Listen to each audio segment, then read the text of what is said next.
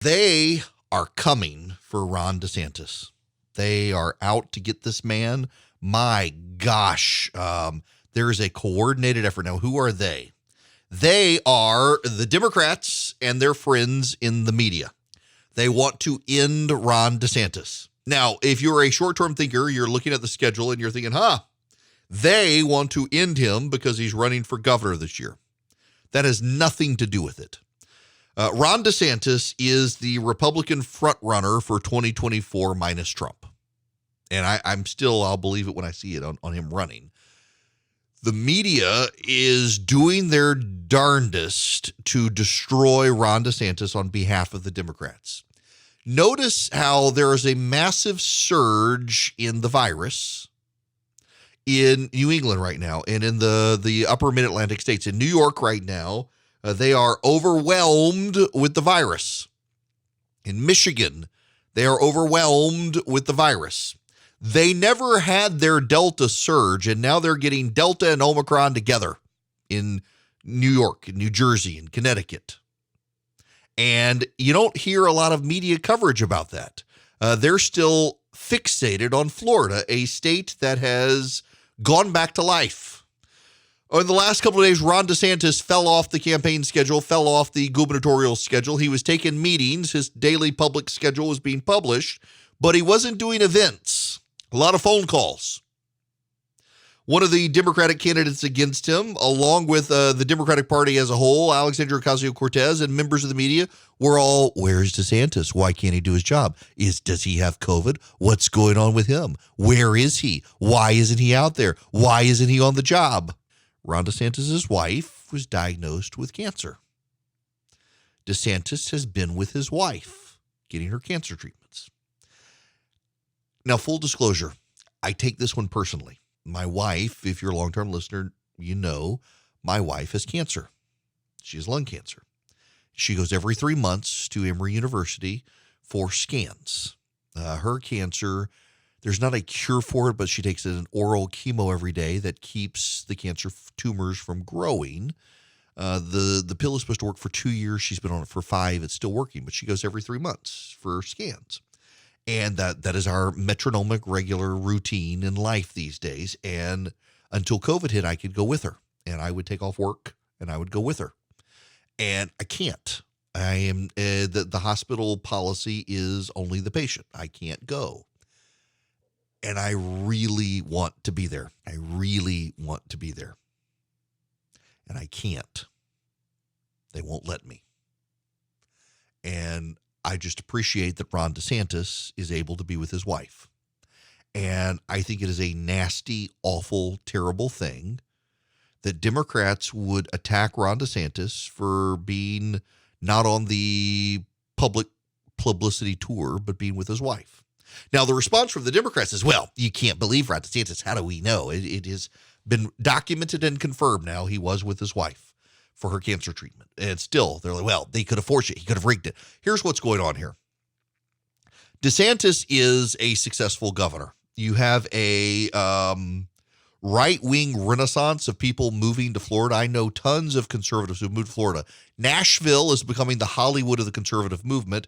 And otherwise, you're moving to Florida. A lot of talk radio show hosts have moved to Florida. A lot of news personalities have moved to Florida, the Palm Beach area, not just because of Donald Trump and Mar-a-Lago, but in large part because of Ron DeSantis reopening Florida the way he had. Now, never mind Georgia reopened before Florida. DeSantis is in the media. Nobody thinks Brian Kemp is running for president. Everybody presumes Ron DeSantis is. But to get to 2024, Ron DeSantis has to get through 2022. He won the governor's race in Florida. It was a very close race. Andrew Gillum was his opponent. I think it was the mayor of Tallahassee. Had a complete meltdown afterwards. Wound up hooking up with dudes doing drugs at a hotel. He's married to a woman. Andrew Gillum is. But there was a strain of white guilt in the media about Andrew Gillum. You see, when DeSantis ran the first time in 2018, he was running against Andrew Gillum, a black man. Brian Kemp in Georgia was running against Stacey Abrams, a black woman. And the American press corps, the political press corps, was obsessed with the quote-unquote Kennedy-esque good looks of one Beto O'Rourke, who was running against Ted Cruz for the United States Senate.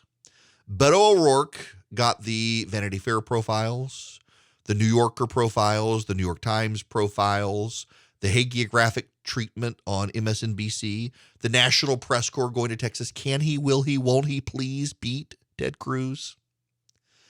And Beto O'Rourke, as a result, got a massive pile of fundraising from progressives around the country, driven in large part due to the media hype. And he failed to beat Ted Cruz. Came close, but failed. I remember the night of the election. People in Cruz's campaign were in panic mode for a little while. But Beto O'Rourke failed. Meanwhile, Andrew Gillum came closer than even Abrams. And the media never focused on Andrew Gillum, never talked about Andrew Gillum, the black man in Florida. They focused on the white guy in Texas. And so there was a bit of white guilt. And so some of the negative coverage about DeSantis comes as these members of the national political press at MSNBC and the like attempt to absolve themselves of their sins of not covering and giving Andrew Gillum his due.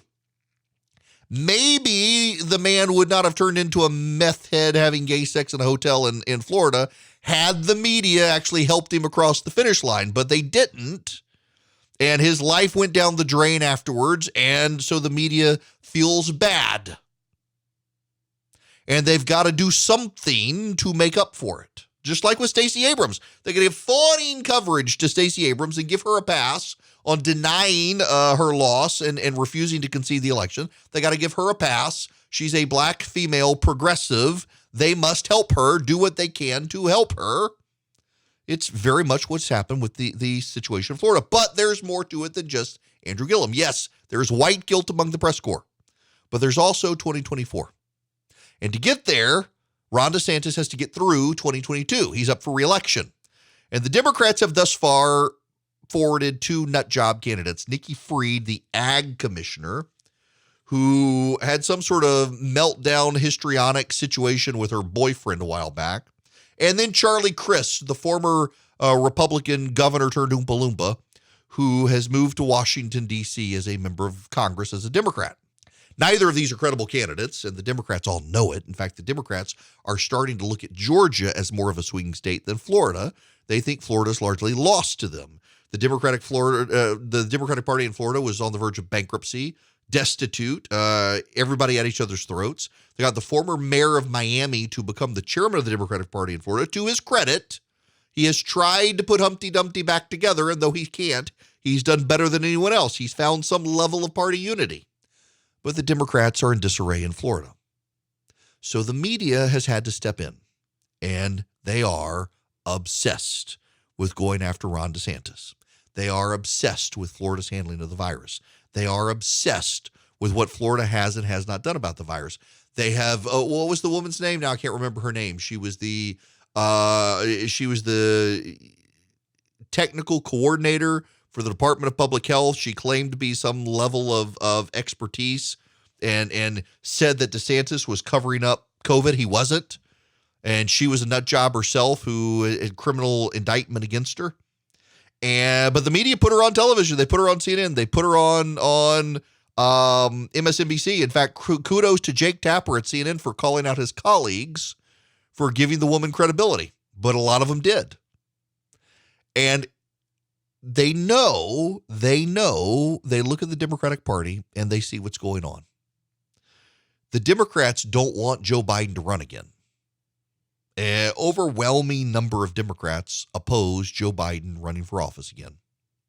Yeah, Rebecca Jones, thank you. That's who I'm thinking of, the supposed expert that the media gave all sorts of attention to. The media, they want the Democrats to do well in 2024. They fear not just Trump, but a Trump-like Republican. So the result is they got to do as much sabotage of DeSantis now and hopefully beat him in 2022. Otherwise, he becomes the Republican frontrunner in 2024. He just does. This isn't an endorsement. This is a statement of fact.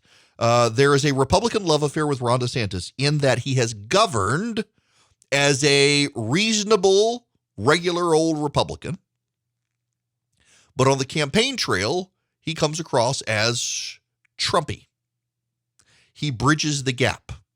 He bridges the gap between the Trump supporters who want someone who fights and the rest of the Republican Party who just wants somebody who's competent and can govern.